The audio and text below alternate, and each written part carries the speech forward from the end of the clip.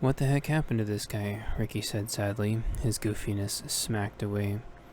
Found him here, attacked by druggies or something. Guess I scared them away as they closed in. Several of them, I don't know. He's a CDC researcher according to his lab coat. Nobody deserves this. What do we do? Ricky asked, unsure if Benika had some kind of plan or thought. He got attacked a ways away from here. Benika trailed off. Ricky thought about it and looked to the north. I saw some used needles coming through. It was pretty nasty. Didn't think much of it. Needles, huh? A valuable clue. I'll check his pockets. Cover me, would you? Benika winked at Ricky suggestively. Ricky blushed and swished open his coat, presenting his shotgun like a seasoned professional at the low and ready. He then began looking around and reaching out with his other senses. It took him a moment to filter out the black rat aura. Then he had a clear feel for the surrounding area. Within moments, Benika had found something. Found his ID. He's CDC, alright. I'm seeing human bite marks on him for some reason. Also, he has a USB stick. She slotted the USB stick into her phone, but it was encrypted. She thought for a second, rummaging through the poor needle-riddled corpse for a few more moments, and produced a different style of phone. Benika slotted the stick into his phone, and it properly unlocked.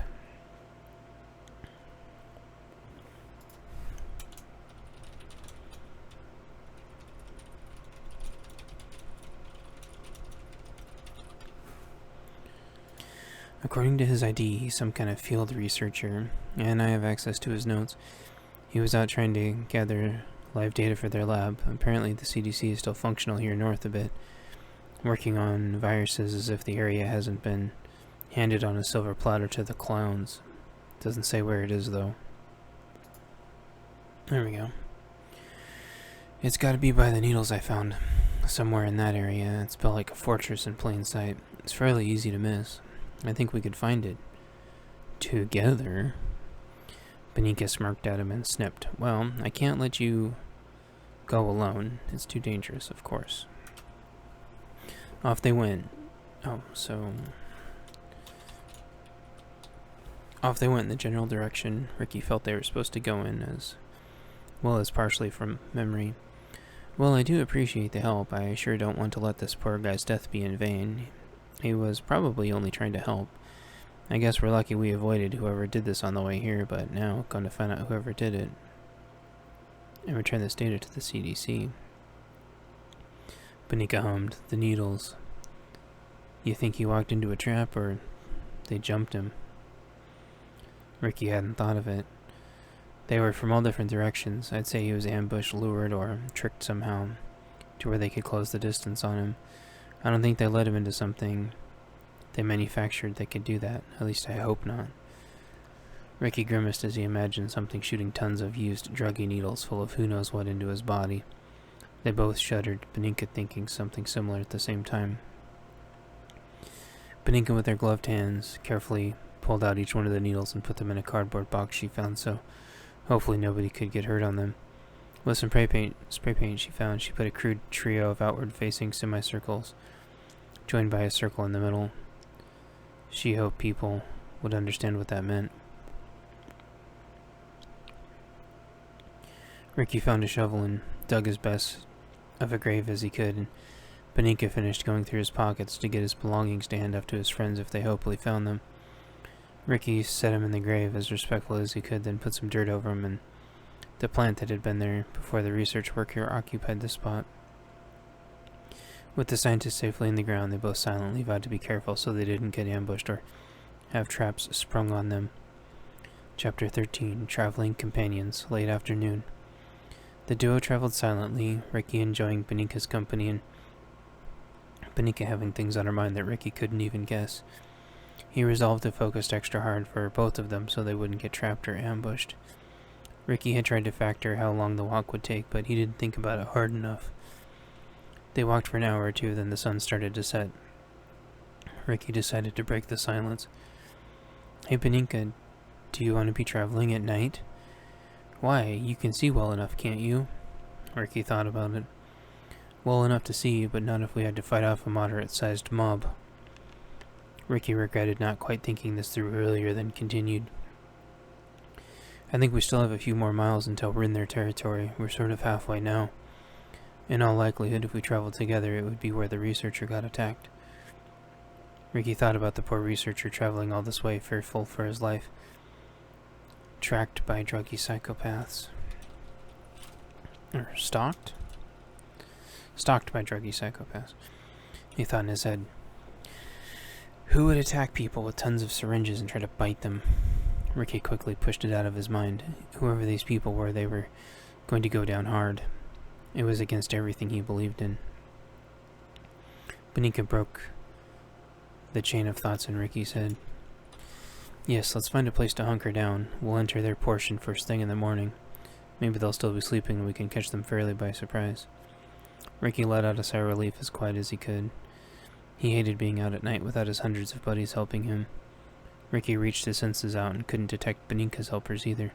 She must have left hers back where they were to also take a sort of break. Benika grabbed Ricky's arms as he was lost in thought again and then led him in the expanding darkness into a house. This is a safe house I was staying in. She reached out with her senses. Everything seems untouched. She guided him to her hiding spot where they nestled in together for the night to stay warm. Sleep time. Moments later they were walking around as spirits as their bodies slept. It was a neutral sort of place. Nothing was going on around. The animals were up in the trees sleeping. Off in the distance to the north, it was quite a bit more sinister. Ricky wasn't sure why he hadn't noticed it when he originally came through here.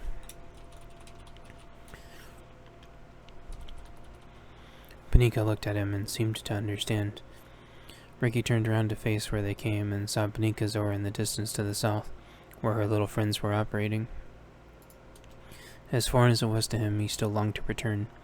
This place didn't feel bad, but to the north definitely didn't feel right. Benika sensed his feelings again and held him tight. The comforting smell of licorice enveloped Ricky's body and he relaxed. They stared north into the dark place all night until it was time to wake up. Knowing whatever they face, at least they face it together. 14. Facing reality. Dawn. Next morning. Ricky and Benika both stirred at the same time and woke up. Ricky grinned at her stupidly, admiring her cute pointy nose, and her eyes glared at him from behind it. She shoved him away hard, and with that they both got up to start their day. The sun was starting to rise. They climbed out of the hiding place, Ricky going first. It was clear. Benika popped up after him, and they proceeded to carefully and quietly exit the house. It was quiet outside, and it sounded like birds were chirping, but further away than usual. Maybe the birds didn't like it here. Ricky had a pretty good idea why. He resolved himself once again that the tweaker crazies had to go. He looked over at Benika and she nodded. They both carefully and with as much awareness as they could muster headed north. Benika remembered she had 2 breakfast bars and she shared one with Ricky. It was really tasty and made any thought of hunger pains go away. They entered the tweakers area right on time as the sun crested the mountain range not so far away. There was no sign of traps, but that didn't mean there weren't any. Ricky would know if there were wires right away, but he didn't know about any pressure-sensitive devices.